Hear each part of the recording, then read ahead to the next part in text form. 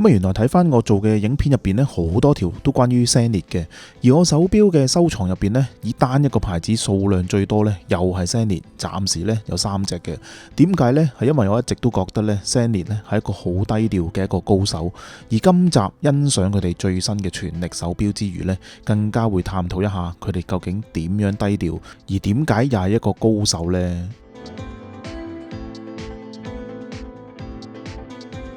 而今集嘅主角呢，本身希望喺2023年發佈嘅，咁但係最後佢哋等到2024年嘅1月呢，先至正式發佈 Chronomaster Original Triple Calendar Chronograph。好長啊呢個名，咁中文嘅官方呢，其實就會叫佢做3重日曆計時手錶嘅。不過其實我就慣咗叫佢做全力手錶呢，就比較簡單啲。全力啦，即係全月曆、全日曆嗰個意思啦。咁基本上都係高階牌子必爭之地噶啦。咁始終 Perpetual Calendar 萬年曆啦，都唔係人人可以負擔得起啊。而 Triple Calendar 咧又未去到 Annual Calendar 咁貴啦，咁但係外觀上呢，老實講呢3隻乜乜 Calendar 呢，其實都好接近，好接近。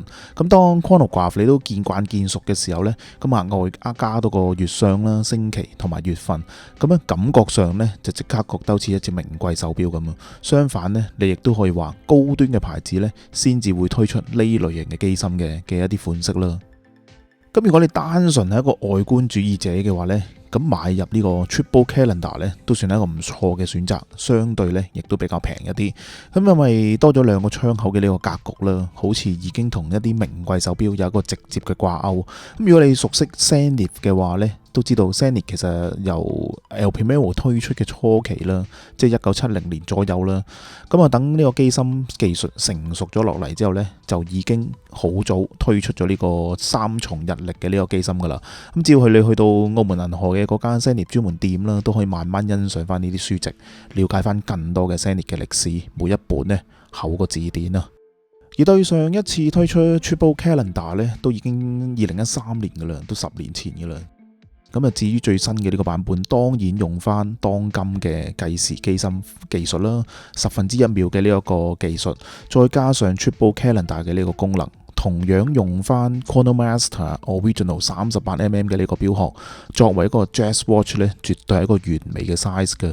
咁加上呢，佢得13mm 嘅厚度嘅啫。13mm 係咩概念呢？如果話俾你知，普通嘅呢一個計時款呢，已經12.5mm 噶啦。多咗個月相、星期同埋月份，都只係多咗0.5mm 嘅啫。你話有冇咁誇張啊？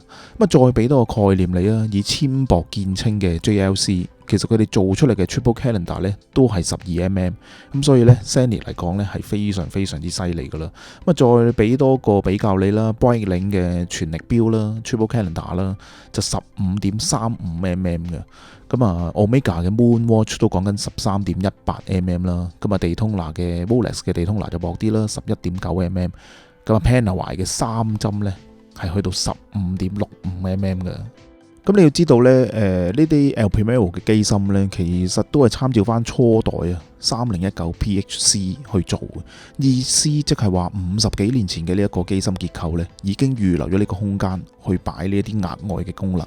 咁你話 Zenith 有幾咁瘋狂啊？咁呢個款呢，一共有3個顏色啦，當中綠色當然係最搶眼啦，亦都係Boutique Edition 嘅。咁我每款都分別有皮帶同埋鋼帶嘅款啦，基本上喺呢度呢都齊晒噶啦，隨便我拍。我本身可能對綠色有一個情意結啦，咁所以我自然就覺得綠色係最特別噶啦。咁加上呢個經典嘅一個 Dome Sapphire 啦，咁啊令到佢鬼氣十足嘅，我自己好中意。咁另外一個外觀上嘅特徵啦，雖然經典嘅 El Primero Original 呢係以一個3個 Sub-Dial 做一個 overlap 嘅，咁反而 Triple Calendar 呢一個款呢就冇跟到足。我自己覺得就可能關2個窗口嘅事啦，個 Sub-Dial 都跟住縮細咗，做唔到呢個 overlap。咁啊，雖然少咗一份經典，但係呢同時俾翻一個金色嘅針、金色嘅 index 你，咁啊即刻令到成隻錶個貴氣味道呢非常之強烈。只要你攞個上手呢，就算冇一個基本嘅計時款呢比較呢，你都即時感受到個分別嘅。咁El Primero嘅機芯啦，頭先都講參照翻1969年嘅，咁啊非常之 iconic， 好襟睇嘅佈局，百看不厭噶啦，都算係我覺得數一數二自動機芯之餘，又俾到一個手上鏈機芯嘅佈局你。咁啊老實講，我覺得同類嘅價錢呢，近乎都冇對手噶啦。咁另外犀利嘅地方就係呢，佢喺背面睇呢，你基本上係分唔到邊一隻係基本嘅計時，邊一隻係全力嘅 Triple Calendar 呢個款嘅。喂，咁至於咧呢啲錶呢點樣去校時間嘅呢？大家應該都好好奇。咁啊，老實講呢，就真係一啲都唔簡單嘅。咁除非呢你好耐冇戴嘅啫，否則簡單呢校幾日呢就唔係好麻煩嘅。咁呢度呢，等我示範一個極端啲嘅例子啦。咁我拍呢條片當日呢，就1月23號啦，星期二嚟嘅。咁啊，拉出一格校一個日期先。咁你唯一可以做呢，就係慢慢將個日期校到所需要嘅月份，即係校300幾下啦。如果一年嘅話就要校300幾下啦。咁啊，通常呢啲呢，我哋都校前一日嘅。而錶嘅左邊呢，有兩個掣嘅，要用翻專用嘅呢個工具。一個呢就校星期，一個就校月相嘅。咁留意呢，校星期嗰個呢，佢就向前咁校喎。咁啊，去向前咁校啦，咁啊校到星期一啦。咁啊之後再拉出一格校一個時間，去到第二日，咁就完成噶啦。不過記住呢，大部分嘅呢一啲呢，咁多顯示嘅錶呢，好多都唔可以向後校嘅，否則呢，就拎翻廠都得噶啦。咁不如呢，亦都攞一攞傳統嘅一個計時機芯比較一下啦。雖然咁樣講呢，就好似唔係幾好嘅。依家睇翻呢，60秒轉一個圈呢，感覺上呢，好似有啲過時咁。大家有冇呢個同感呢？咁啊，低調呢，就我自己覺得就主要係定價上嘅合理啦。牌子呢方面呢，亦都唔會話太過嘩眾取寵、默默耕耘咁經營一個牌子咁。以呢一隻全力錶為例啊，皮帶、鋼帶其實都係講緊10萬多少少嘅呢個價位啦，港幣啦。咁其實已經平絕晒高階手錶之列噶啦。平過晒 Breitling 啊、JLC 嘅嗰啲啊，咁但係唔好忘記 Zenith 嘅呢一隻呢，反而有一個10分1秒嘅一個計時功能。咁你話呢個功能實唔實用係題外話啦，起碼工藝上呢，一定比其他難做嘅複雜嘅。咁另外再舉一啲簡單嘅例子啊，好似 Chronomaster 嘅 Sport 嘅呢一隻錶啦，鋼圈嘅版本賣緊82,300蚊。如果你想買陶瓷圈嘅話呢，如果其他牌子呢，閒閒地加你1萬幾千啦。咁 Zenith 嘅話呢，加你4000蚊啫，86,300蚊。嗱，我自問呢，我個玩錶年資呢都上錢啊，真係未見過有咁嘅大牌子會咁平啊！加個陶瓷圈就係加4000蚊啫。另外呢 Pilot 新款嘅一個 Chronograph 啦，先俾一個 Big Day 你，再一個 Flyback， 雙管齊下，定價都只係講緊90,300蚊啊！比起其他牌子基本嘅計時都買唔到啦，呢個價錢。仲有好多好多嘅例子啊，喺呢度根本都唔可以盡錄啊。至於點高手法呢？當然係指 Zenith 嘅武功高超、耐力深厚啦，精通鐘錶嘅技術，相信大部分嘅錶迷呢都唔會反對噶啦。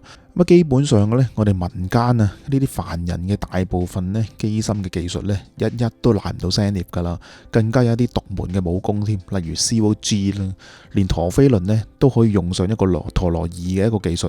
只要你見過嗰個實物呢，絕對感受到嗰個震撼。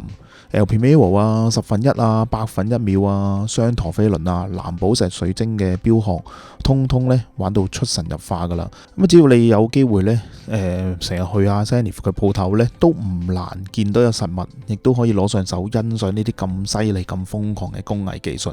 咁啊，而唔似得某啲牌子啦，睇一睇個3針錶款呢，都好似去咗博物館咁樣，隔住塊玻璃呢，只可以遠觀而不可以蝕本咁樣嘅。其實喺 LVMH Group 入邊呢，以鐘錶技術嚟計呢，我諗 Zenith 好大機會係一個老師傅噶啦。咁啊，雖然牌子呢一刻嘅知名度呢，未必夠後起之秀 Hublot 嘅高，咁但係背後呢，一直有啲技術嘅支援 Hublot 啦，例如 Elite 嘅機芯，以及 LV 同埋 Bulgari 嘅一啲手錶呢，之前其實都用上咗一個 El Primero 嘅機芯嘅。咁就好似Zenith 好似一個老師傅咁啦，背後默默耕耘咁，低調咁支持住其他嘅牌子嘅。咁雖然Zenith 有啲款呢，有的確有幾火爆嘅，幾破格，咁但係又唔會俾人一個嘩眾取寵嘅一個感覺。加上佢真係有一個鐘錶技術嘅加持，又唔太會隨波逐流，好似一個好有個性嘅藝術家咁，亦都冇一個俾人淨係追潮流、炒潮流嘅一個舉動，亦都因為咁呢，成為咗我心目中最低調高手嘅一個牌子。咁啊，新出嘅呢一款全寧 Triple Calendar 呢，絕對係一個驚喜之作，定價呢相對合理啦，我叫做又有一個貴標嘅一個格調，所以呢個越買越多 Zenith 呢，其實都有原因嘅。咁啊，影片嚟到呢度啦，希望你中意今集嘅內容，係咪記得撳個 like 掣啦？仲未訂閱嘅，記得支持一下，越多人支持呢，先係製作影片最大嘅動力噶。我哋下一集再見啦，拜拜。